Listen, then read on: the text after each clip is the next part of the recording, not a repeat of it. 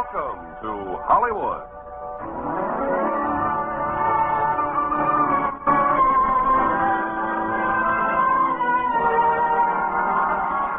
The Armed Forces Radio and Television Service brings you the Hollywood Radio Theater, starring Dorothy McGuire and Frank Lovejoy in Mother Didn't Tell Me.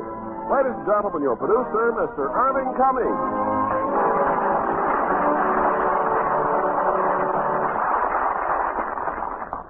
Greetings from Hollywood, ladies and gentlemen.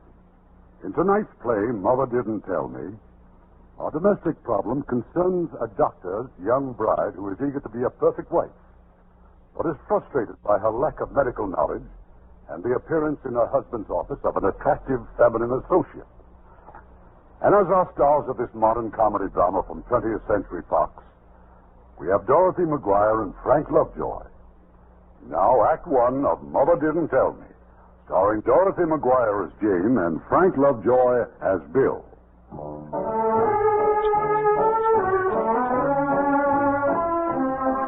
If that rainstorm hadn't drenched the city for 5 whole days and nights, this story might never have happened.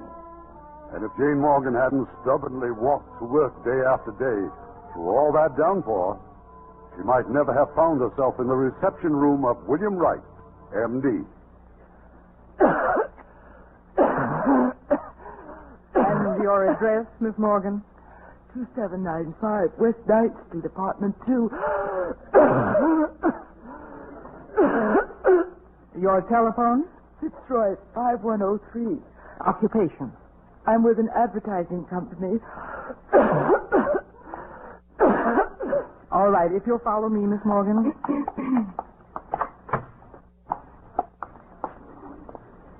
Sit down here. The doctor will be with you in just a moment. Thank you. Miss Morgan is waiting, Doctor. I'll be right out as soon as I check this x-ray. Yes, Doctor.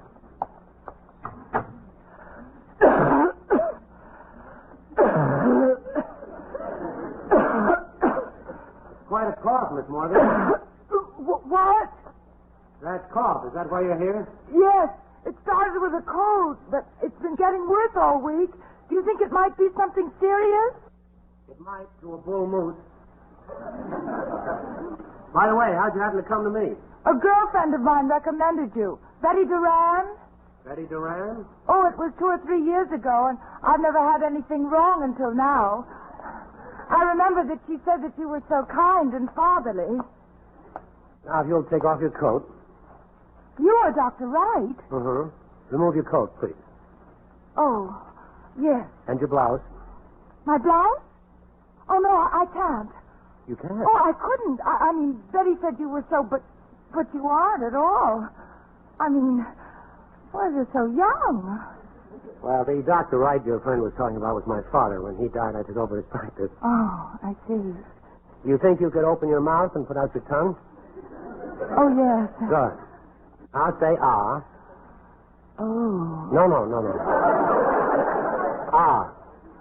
That's what I said. Ooh.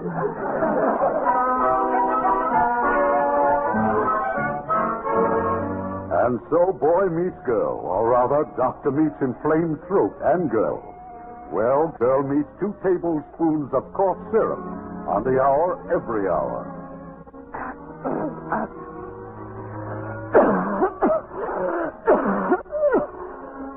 It's a long, lonely evening for Jane Morgan, that is, until she curls up with a good book, the telephone directory.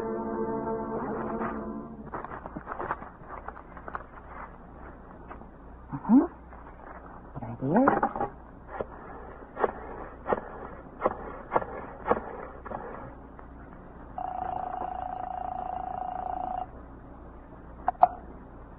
Dr. Wright's residence. Dr. William Wright? Yes. Who is this? This is Miss Evans of the Daily Mirror.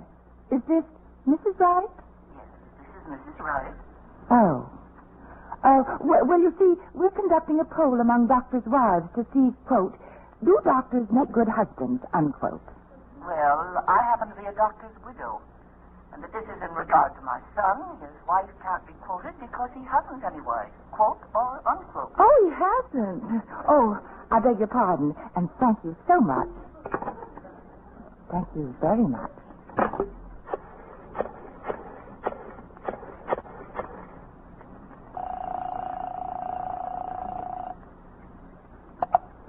Hello. Dr. Wright? This is he speaking. Oh, well, this is Jane Morgan, and you asked me to call you if I felt worse. Could you come right over, right away?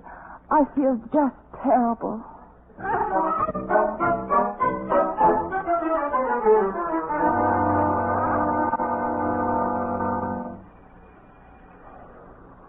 The door's unlocked out there. Miss Morgan? Miss Morgan?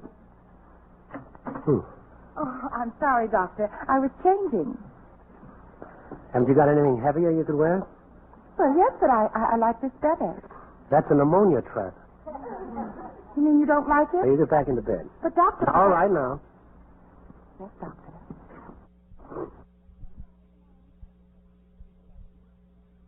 Disinfectant at $20 an ounce.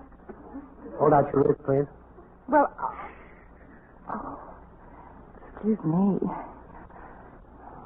You don't feel as if you have a fever. Your pulse seems all right. Well, you talk as if that's bad. You told me you were feeling worse. Well, I was. But that was half an hour ago. I'm sorry if I disappointed you. Mm-hmm. How's your cough? Oh, it's much better. In fact, if you'll let me, I'll go back to work tomorrow. Well, that depends. What kind of work? Radio promotion. You know, writing stuff for an advertising company. I see. Yes, I guess you'll be up to that. Meanwhile, you better get a good night's sleep and give me a call in a day or so and let me know how you're doing. Doctor? Yes. I'd much prefer it if you'd call me. All right. Good night. Good night, Doctor. Miss Morgan? Yes? Dinner Thursday? Mm-hmm. Thank you, Doctor. Now, good night. Good night. And I do like those pajamas. Good night.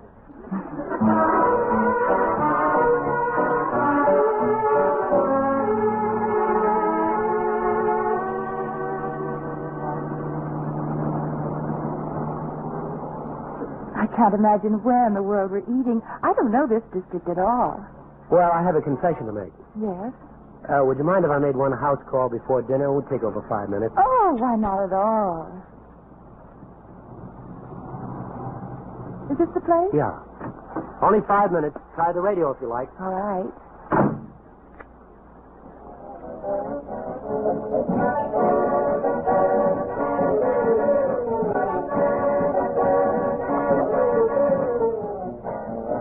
This is you, Cat. 60 minutes of solid jive with your old pal, Peter Pepper. And when I say solid, I mean we've got platters so hot the shellac is bubbling.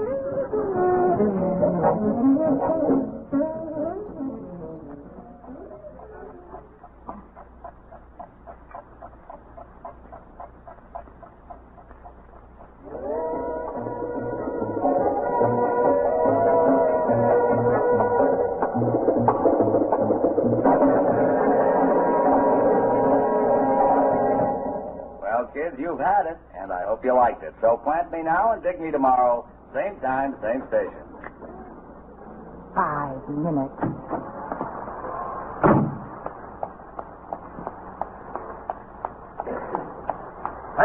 Paper, final edition, kid. Paper, miss? No, thanks, but I wonder if you'd do me a favor, please. Like what? Well, I'm waiting for a gentleman to come out of that apartment house over there. He's a doctor, and he'll be carrying a black bag. Yeah, so? Well, if you see him, would you tell him that I've gone for some cigarettes at the drugstore across the street? Okay, a guy with a black bag, huh? Like, maybe the one getting out of that coop or getting into the coop right now? What? Oh, good heavens! Bill! Bill! Dr. Wright! Doctor! Oh, Doctor!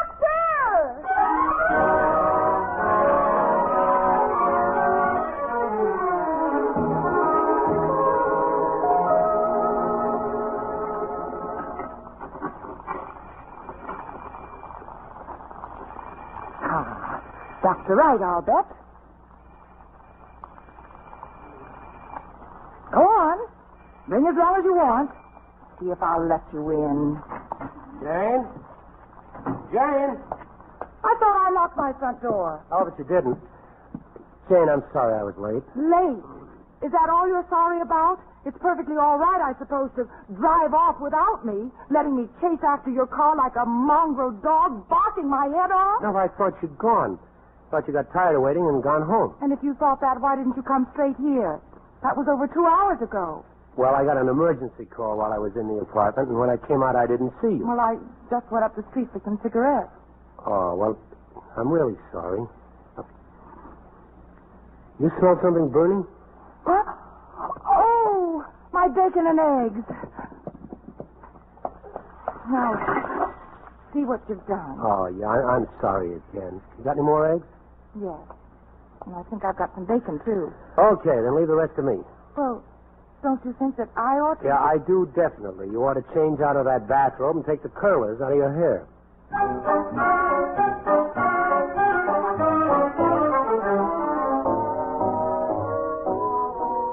Really? We were going to the Oak Room? Oh, I had a table all reserved. It's the only place in town where a head waiter recognizes me. The only trouble is he recognizes me as Mr. Drudnick. Who's Mr. Drudnick? I don't know. Every time he calls me Drudnick, I try to tell him my correct name. I say, it's Wright. And he grins and say, yeah, I never forget a name. That's right, Mr. Drudnick. Something wrong? No. No, I was just wondering where you learned to be such a good cook. My mother taught me. She believes every man should be completely self-sufficient. Completely? But she keeps house for you, doesn't she? How'd you know? Oh, just womanly intuition. Where are your folks? We were killed in an accident about 5 years ago. Ever since then you've been on your own? Mm-hmm. Lonely, isn't it? Sometimes. But not now? No, not now.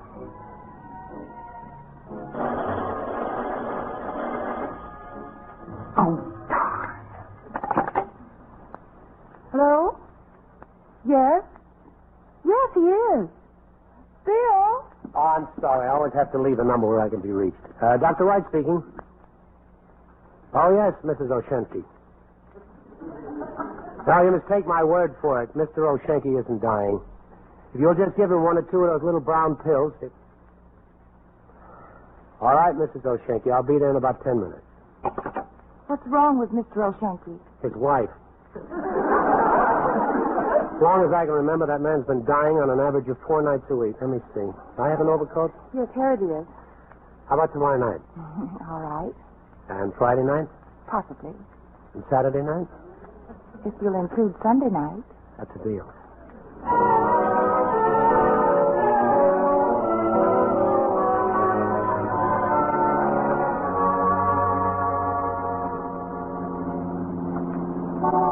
I remember now. Don't laugh when the head waiter calls me Mr. Drudnick. I promise.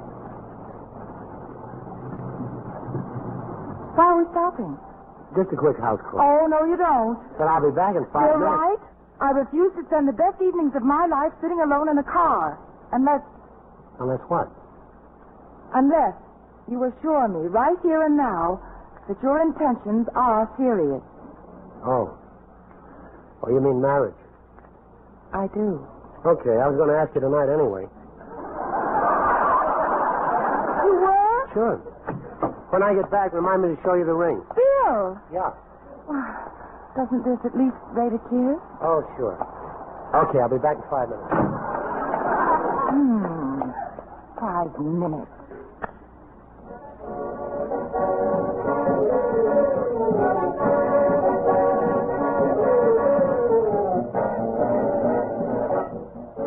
Here we are again, Cat. It's your old pal, Peter Pepper, back for another 60 minutes of solid jive.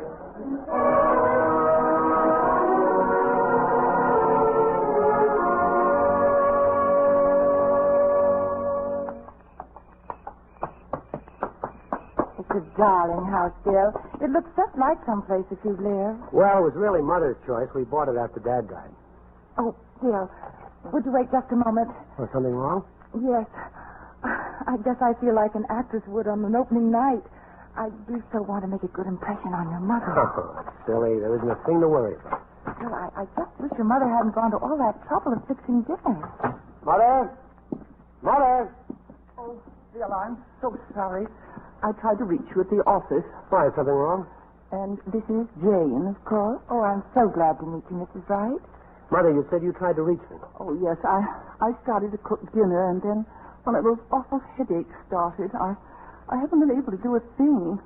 But perhaps I can fix it now, if you don't mind a late dinner. Oh, we wouldn't think of it, Mrs. Wright. Why, Bill and I can eat out. Yes, you're going to bed where you belong. I'll go get your peanut butter. My dear, I'm going to have to come right to the point.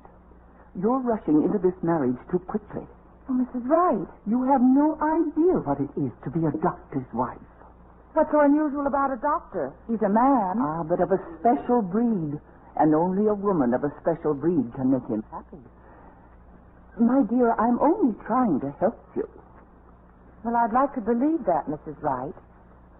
But if Bill and I should go ahead, if we marry... There will be no interference from me. Thank you. By the way, has Bill mentioned Helen? Helen? Helen Porter. I can see that he hasn't. Well, perhaps it's best that way. Mrs. Wright, I'm sure that whenever Bill is ready... Yeah, Mother. You take this tablet, and if that doesn't work, you try another one in an hour, and you get into bed right now. Yes, dear. You'll be home early, won't you? I doubt it. Good night, Mrs. Wright. Good night. Oh, Jane. Yes? Remember woman to woman? All right. Woman to woman. Secrets already? Secrets already. Good night, my dear. Night, Mother.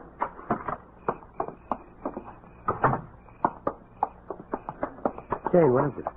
What is what? Well, something's come over you. I noticed it the moment I came back into the room.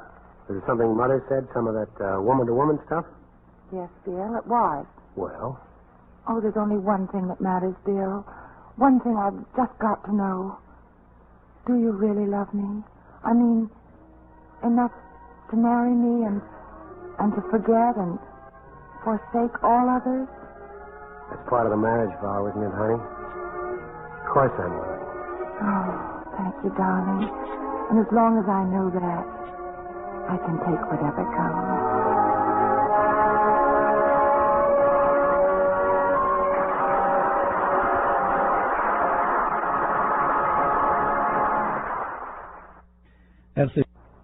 Now, our producer, Mr. Cummings.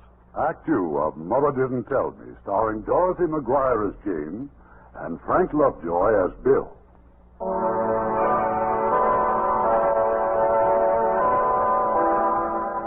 A few days later, Jane and Bill became Dr. and Mrs. William Wright. After the ceremony, the wedding party rushed Jane and Bill to the depot just in time to push them aboard the train for Detroit. Yes, that's right. I said Detroit.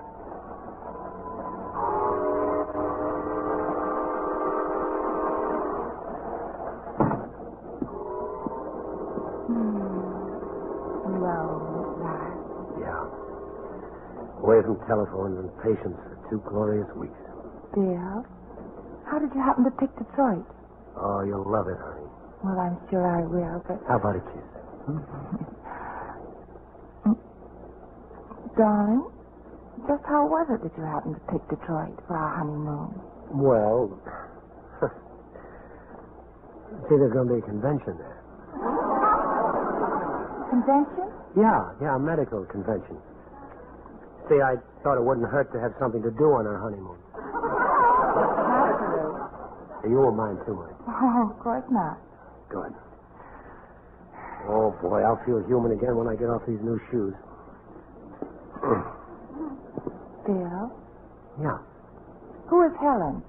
Helen? Yes, Helen Porter. My mother told you about her, huh? Not really. That's what I want you to do. Well, it's nothing much to tell. Helen Porter worked in my office to get enough money to complete her medical school. I promised when she finished her internship, I'd take her into my office as my associate. Why did you promise that? Oh, well, because I like to see her get a good start, and besides, she's a brilliant woman. And attractive? Oh, so that's it. If you mean, was I ever interested in her, the answer is no. And does she know that? Oh, darling, what do we care? She isn't even in town. She's studying in the East. She won't be back for 2 whole years. Yes, who is it? Doctor. Oh, just a second. Dr. William Wright, Yeah, a medical doctor. that's right. Good.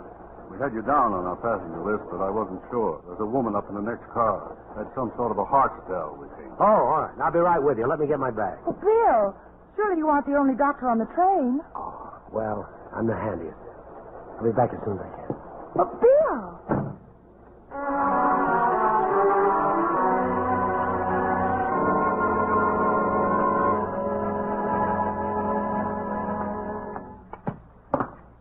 No more argument, Jane. I want you to come inside with me on this house call. But why? The very first hour we get back in town, why must be... Because Mr. and Mrs. O'Shanky want to meet you, dear. They live here? In this mansion? Welcome home, children. Oh, Mrs. Wright. Hi, Mother. Everything okay? Yes. I'm on my way back to the house right now to bring over the rest of your suits. I'll be back in a few minutes. Oh, Bill, what Suppose is you it? step inside and see. Now, go on, inside.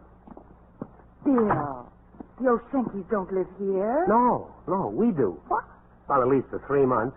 Completely furnished house, free for nothing, thanks to one of my GPs.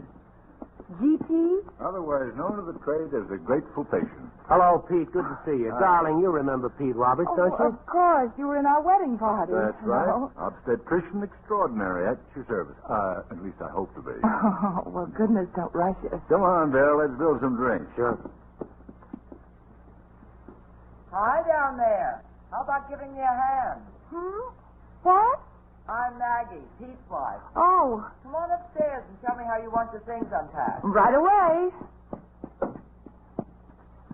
You look like you just stepped off a merry-go-round going full tilt. Oh, I feel it, too. This beautiful house and Bill and all our wonderful friends. Oh, I've got so much to live up to. None of that. Oh, I mean it.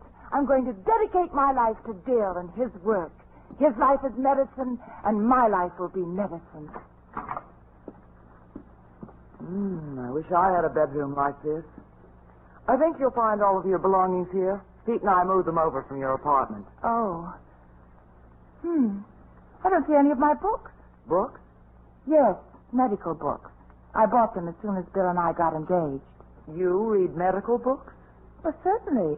I'm studying so that when Bill comes home in the evening, I'll be able to sit and discuss his work intelligently with him. For instance, do you know that peptic ulcer is the sharply demarcated loss of tissue which begins in the duodenal mucosa and extends to the submucosa? Well, what's wrong? Nothing, honey. Nothing that time won't cure.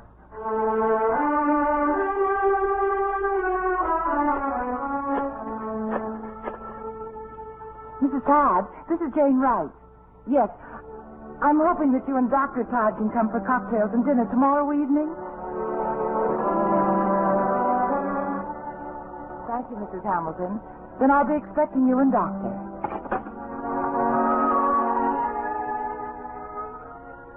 But, Maggie, it's Bill's birthday. Pete's just got to bring you.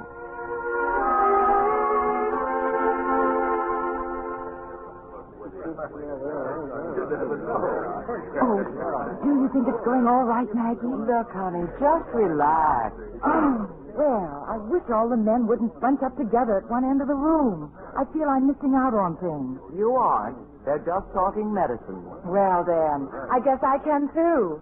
Jane, no, come back here. Sure, it's a peptic ulcer. No two ways about it. Well, I read the report. Yes, I read a report by Dodson on an endocarditis case. Oh, speaking of ulcers, gentlemen, I understand that they result from embolism of the gastric juices, of mucosa. Darling, how's dinner coming along? We'll be ready in 10 minutes. Fine. Frank, tell us about that repair of the diaphragm in which there was a penetrating ulcer. Well, as I remember it... Ulcers result from the embolism of the gastric mucosa.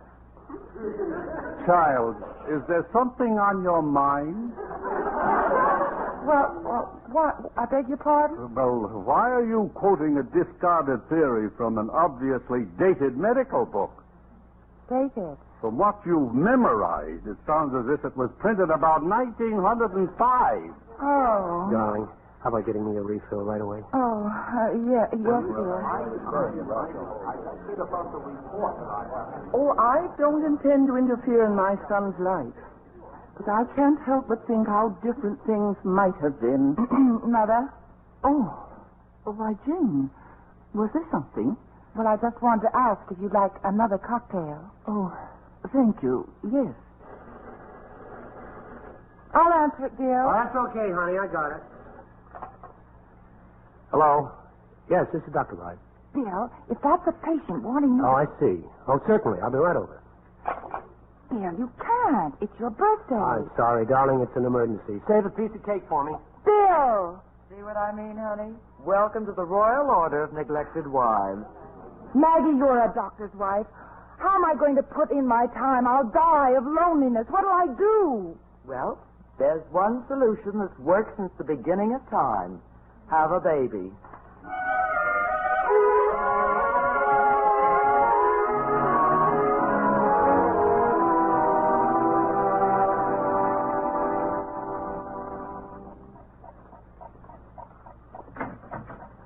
Jane? You awake? Yes, I'm terribly sorry, dear. I had to go to the hospital. it doesn't matter. I bet it was a great party. Until all the men left. The phone kept ringing for one doctor after another. Oh, Jane, you've been crying?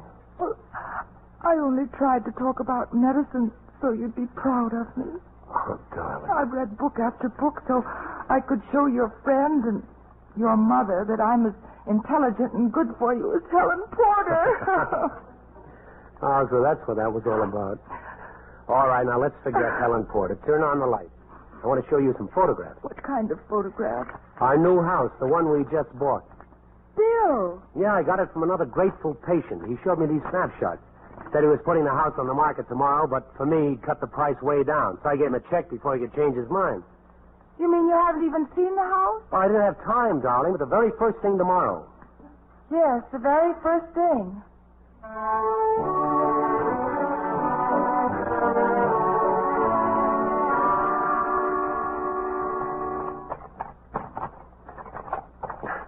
This door seems to be stuck.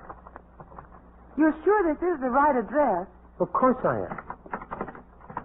Somehow, the house looked bigger in the photograph. And the paint wasn't peeling. Guess I'll have to force this door. Enter, madame. Where's the furniture? I don't know. I could have sworn the man said it went with the place. Well, maybe it did, but everything else is certainly real gone. Hey, the kitchen looks pretty good. See, you got a nice view of the garden.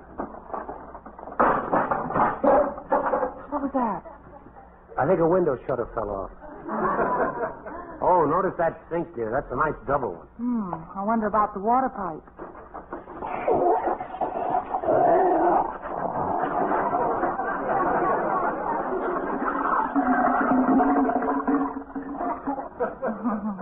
The pipe's just pandemonium. Well, I'm pretty handy with tools, honey. I'll get the thing fixed up. And can you build furniture, too?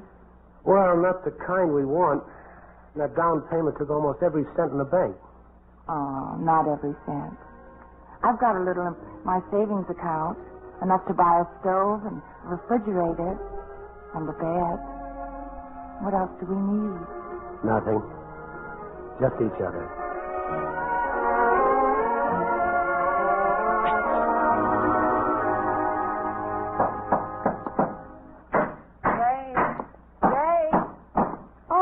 Maggie, I thought Bill was going to make that flower box for you.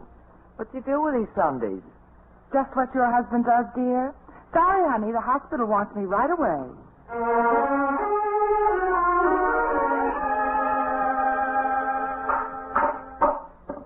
Jane, get down off that ladder. Oh, I'm glad you're home, Bill. I want you to do Get something. off that ladder, do you hear? That's no place for a woman who's going to have a baby. Bill. The test just came through, it's for sure.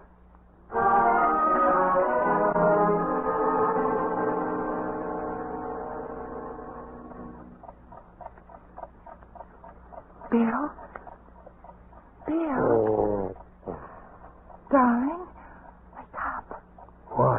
What's the... I think it's now.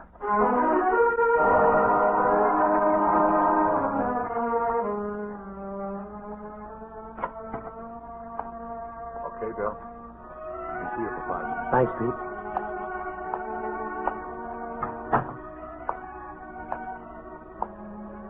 Darling? Oh, Bill. Is everything all right? Everything.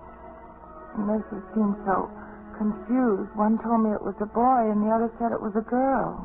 Well, they're both right. It's twins.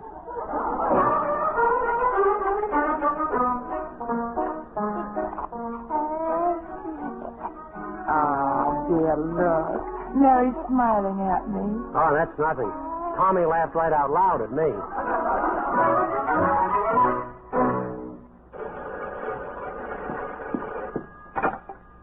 Hello? Honey, I'm going to be late getting home. You think you could hold up dinner a bit? But, Bill, you know I invited Maggie and Pete for 6 o'clock. Sure, I know, but I have to drive out to the airport. The airport? Why? Here, I'll read you the telegram. Arriving 6:45 p.m., please be at airport to welcome your new associate. Signed, Helen. Helen Porter? Bill, I do want to go with you. Oh, but you can't. You have to be there for Maggie and Pete. All right. But you pick up Helen and bring her back here to the house. Well, she'll probably be I exhausted. want to meet her, Bill, tonight.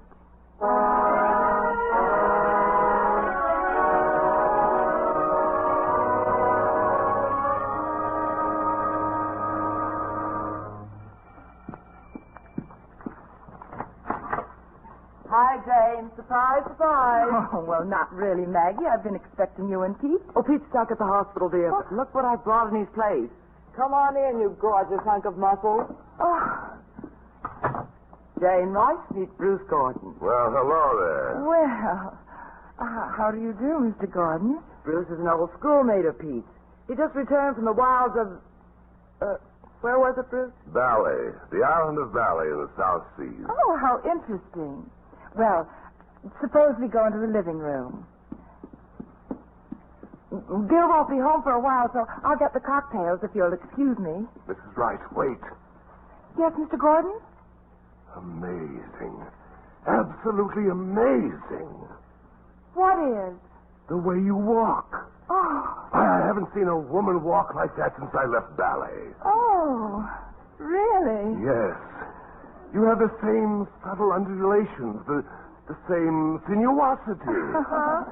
What are you talking about? Mrs. Wright, walk ahead of us, just as you were doing. Oh, please. Oh, this is embarrassing. Oh, do it. Show us that same animal grace. You mean like this? There. That's it. You see, Maggie. Yeah, but she's never walked like that before. I'll be right back with the cocktails. Make yourselves comfortable. Okay, Jane. Bruce, have you got a match? Of course. Thanks. Maggie, did anyone ever tell you that there's something of the Orient about you? Huh? Yes. You're as exotic, as mysterious as the mysterious East itself. Mr. Gordon, would you mind carrying this tray into the living room? My pleasure. Oh, Jane, the efficient housewife. It's incredible. The adjustment of subordinating your exotic personality to your husband's must have been tremendously difficult. Jane isn't the only one. I had the same trouble. I'm sure you did, Maggie. And you both were wrong in sublimating yourselves. Such sacrifices aren't appreciated by the average man. You must bring your real selves into the open, naked and unashamed.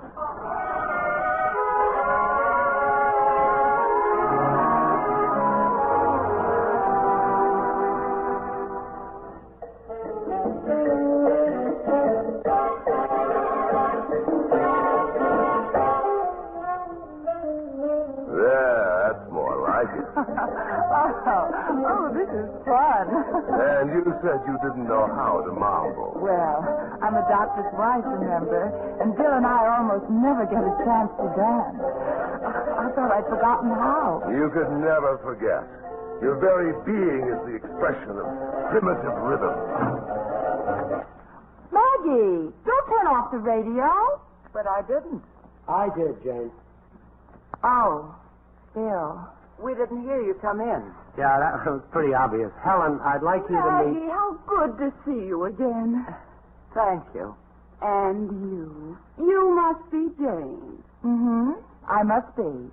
I do hope we're not interrupting. Oh, no. Maggie just brought an old friend of Pete's to dinner, which is now completely ruined. So Maggie's taking the old friend of Pete's to a drive-in for a hamburger.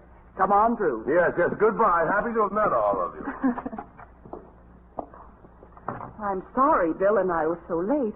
I asked him to stop by my hotel so I could freshen up a bit. Yes, I see. Cocktail dress and an orchid? Bill is so thoughtful. I hope you're not hungry. Or maybe you like charcoal. Oh, we'll eat out, honey. I made a reservation for the three of us at the Oak Room. Oh, Bill, if you don't mind, I'd like to talk with you.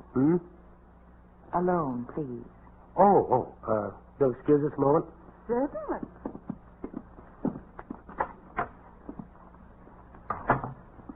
Yes, Jane? I'm not going to dinner with you. Oh, darling. I think it's easier if you and Helen are alone when you tell her that you've changed your mind about her coming into your office. But I haven't. Oh, Jane, this Now, is... listen to me, Bill. Darling, when you get to know the girl, now, come on, let's all have dinner together. I'm sorry, Bill. Well, if you change your mind, we'll be at the Oak Room. Bill, please, I want you to tell her. I may be rather late, so don't wait up for me. Good night. Bill!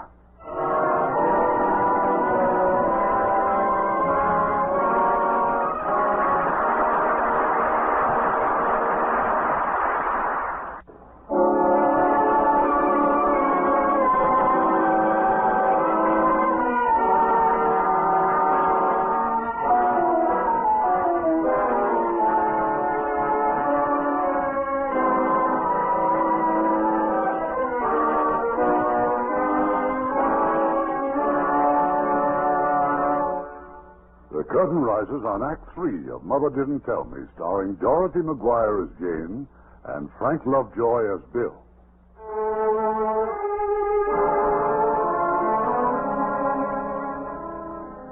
It's 3 hours later. Jane has gone to bed, but sleep is impossible. And then she hears Bill's car in the driveway, the front door closed, Bill's footsteps on the stairs, and then at the bedroom door. Good morning. Morning. Yes. It's 5 minutes past midnight. Well, you've gotten very technical all of a sudden. I suppose Helen had just endless fascinating experiences to tell you. Well, yeah, she told me some things about her internship. We had quite a bit to catch up on. Of course. Naturally. Oh, come on now, honey. Let's not keep this up. I'm willing to drop it whenever you are. Whenever you're ready to tell me that designing female is out of your life. Jane, that's not fair. I've met her. I saw how she was acting toward you. All Dr. Helen Porter wants is to get installed in your office and then install herself... now. You know I promised Helen a place with me when she went east to study. All these years she's relied on my word. And so have I. I happen to be an incurable romantic, married to a man who's married to his work. And now that's to include another woman. She'll share your work and your thoughts, and she'll be with you from morning until night, and I'll be more neglected than ever. Neglected? Listen, if you wanted your marriage to be one long honeymoon, why the devil did you marry a doctor? Why didn't you marry some rich idiot who could afford to chase you around the house all day? What? Don't you dare call any man who might marry me an idiot. Now see what your shouting's done. The twins will be awake all night. Okay, I'll go heat their formula. Maybe that'll quiet them. Bill? Yeah. What about Helen? She starts to work in the morning. All right. And so will I.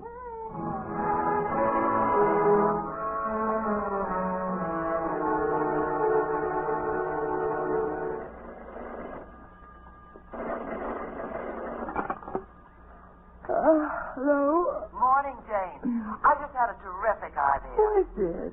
Me, Maggie. Oh, Look, were you still asleep? Yes. This is the one day of the week I have a maid. Call me back in a couple of hours.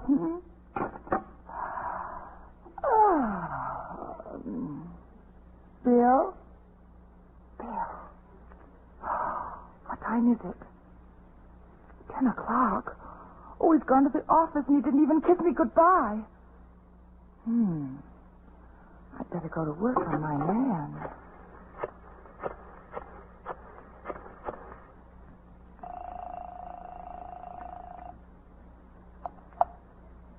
Dr. Wright's office? Miss Ransom, has my husband come into the office yet? Oh, why, yes, Mrs. Wright. He's in consultation with Dr. Porter right now. Oh, with Dr. Porter. I imagine she does need some help in getting started. Oh, no, it's wonderful how she's taken hold. She's so capable. Yes, I know. Would you like to speak to your husband now? No, just tell him that I'm feeling badly. I've just taken my temperature, and it's 103. Really? Oh, you shouldn't be alone, Mrs. Wright. Well, I'm not. The cleaning woman is downstairs. At least I hope she came this morning. Oh, I'm sorry. I'm really too weak to talk anymore, Miss Ransom. Goodbye. Now, let's see. My new pink negligee, lipstick, mascara, and plenty of perfume.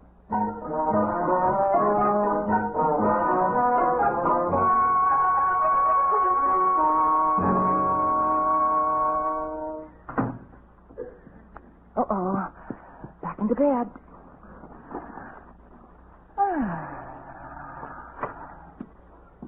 Well, what seems to be the trouble? You? Bill was very busy. Besides, I thought we should become better acquainted. Did Bill send you here? Give me your wrist and stick out your tongue. I want to stick out your tongue. As Bill's new associate, I'm to make the routine house call. Routine? Your tongue again. Perfectly normal. No fever at all. Well, I had one when I called the office. Possibly. Sometimes the fever can be induced temporarily by worry and nervous agitation. Oh? And what would I have to worry about or be agitated about? Well, I'm sure you can answer that better than I, Mrs. Wright. But perhaps you've been under a strain lately. The house and the children. It might be a good idea if Bill sent you away for a little vacation. Yes, wouldn't that be convenient? Dr. Porter, you seem so very talented. Surely you've had offers from other doctors or clinics? Oh, yes. There was a clinic in Chicago, but I prefer it here. There's so much I can do. Dr. Porter, I'm sorry I've got other calls to make, but be sure to phone me if your agitation starts up again. Goodbye. Yes? Well, at least you're awake this time. Jane, I was wondering if we couldn't have lunch downtown today and... I'm afraid I won't have time. I'm leaving Bill. What? I've had all I can take. If Bill wants to bring another woman into his office and shut me out of his life... Wait a minute, honey. Think it over, please. I know how you feel, and I don't trust Helen either, but you and Bill... I'm sorry, Maggie. I've got to start packing. I'll talk to you in a day or two. Jane!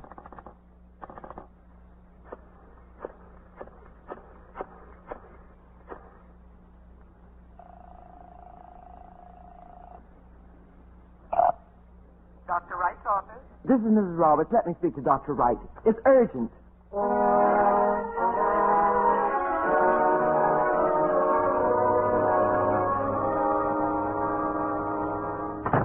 Jane?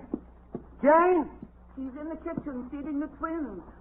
I came over here as soon as you phoned me, but her mind seems to be made up. Oh, it's ridiculous. It's idiotic. Well, there are bags in the hall and all the baby things. Jane. Mother, would you phone for a taxi, please? Oh, Jane, what is all this? Just because we had a little argument last night. This is not because of an argument. I've had a talk with your friend, Dr. Porter. You have about what? If I tried to repeat the conversation, I wouldn't believe it myself. She's as slippery as an eel, but I don't intend to let her take the initiative away from me. Oh, look, we'll all just sit down and talk like No, adults. thank you. The children and I will be completely out of your life. Mother, will you call a taxi? Please? No.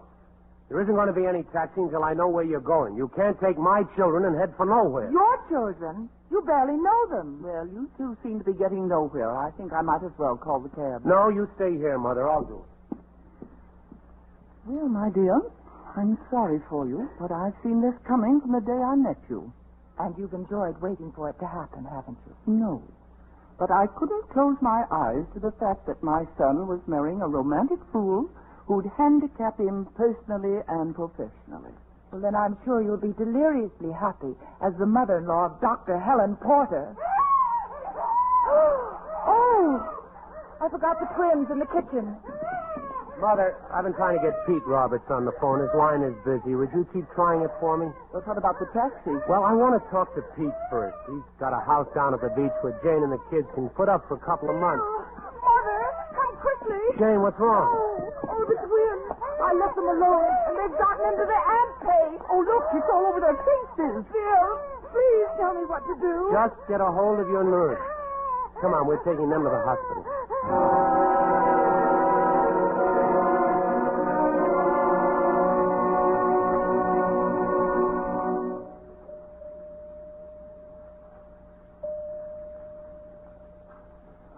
Why doesn't Bill come out and tell us how it's going and what's going on? He will as soon as he can, dear. Mother, you used to be a nurse. If the stomach pump doesn't work, can they do something else? My dear, Bill and his friends know what to do. And so do we. Just pray a little harder. Mother, you... Yes. Remember, they're my grandchildren, too. Bill? Oh, they're okay. They're just worn out by what they've been through. Oh, thank heavens. Then we can take them home right now? Home? Oh, yes. After such a fright, it seems to me the poor little things need the peace and security of their own nursery. Well, that's up to Jane. I don't know. I suppose if it's just for the night. Whatever you say. Well, all right. But just for the night.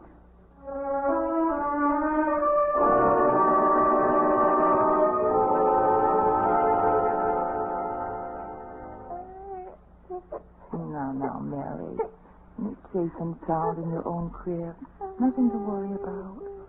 Mummy's here and Daddy's here. Just go to sleep. Go to sleep. Jane. Yes? I've arranged for a house for you and the kids. Pete Roberts' place at the beach. Oh, thank you. You can move in tomorrow. Fine. I'll have a moving van pick up all that stuff. It's too much for a taxi. Yes, I guess it is. Bill, Yes, Mother? telephone. All right. Oh, Jane. Speaking of phone calls, Yes? Helen Porter phoned a few minutes ago. Oh? About the twins? No, she's leaving to work in a big clinic in Chicago. Wanted to know if I'd mind. And do you? Oh, don't be silly. Bill, the phone. Okay. Jane, will you please leave the nursery so the children can sleep? Hmm? Oh, yes, Mother. Did you hear what Bill said? About Helen? Yes, Do you believe him? I do. Well, why should she suddenly decide to leave town? Because I told her to. You? While we were at the hospital, I phoned Helen. I threatened to tell Bill how she and I had deliberately planned to break up your marriage. Then you really were helping her. Yes, I was convinced that Bill would be more successful with Helen, a wife who was in the same profession. But today, when I saw you and Bill with the children, well, I realized I'd overlooked the most important factor in any marriage. Love. Yes. And all of our shouting at each other and all of my jealousy and Bill's anger, they were just different ways of saying to each other, I love you, I love you. And I do, you know. Bill. Oh, darling. I'm sorry, baby. I got to dash out. That phone call was from Mrs. O'Shanky. Oh, dear. You know she always says it's an emergency. Well, this time she may be right. She's afraid her husband's getting well. Bill, at least kiss me. Yeah, I will when I get back. That is, if you wait up for me. I'll be waiting. I'll be waiting for you. Always.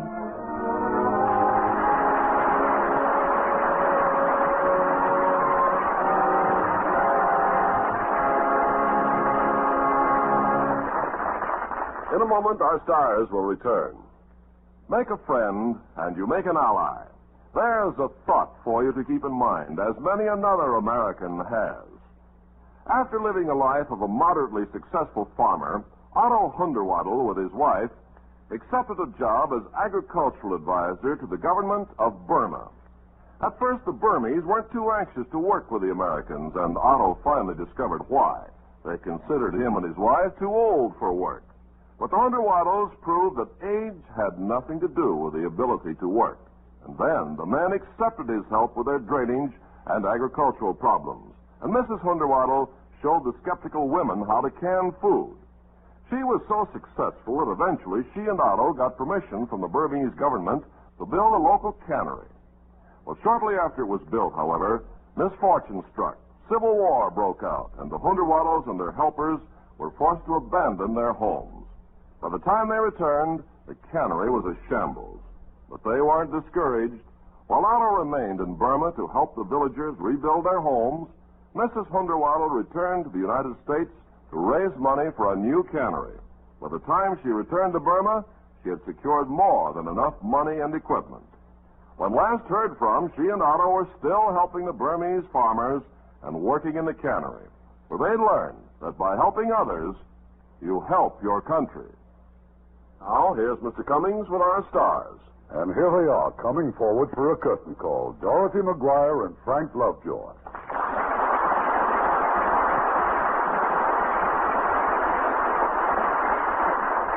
Well, we can see from tonight's play that it is an advantage for a wife to have a basic understanding of her husband's work. Well, then we're certainly in luck, Irving, with both of us married to actresses. Well, I suppose that puts me at a disadvantage again, seeing as I'm married to a photographer. Oh, no, Dorothy. I imagine you're his favorite subject. You're such a busy actress, Dorothy. What do you do with your spare time? Well, I try to find some time to read. Almost every good book is turned into a movie, and I like to read them first. Well, I like to see the movie first and then read the book. Better tell us what's for next week, Irving. It's one of the 20 greats, Frank, but it also happens to be quite a recent picture. One of 20th Century Fox's great screen successes, and one of the top comedies of all time. It's All About Eve. And we have two brilliant stars for you, Anne Blythe and Ida Lupino. I read the book, Irving, and I loved it. Good night. Night. Good night. We had a wonderful time.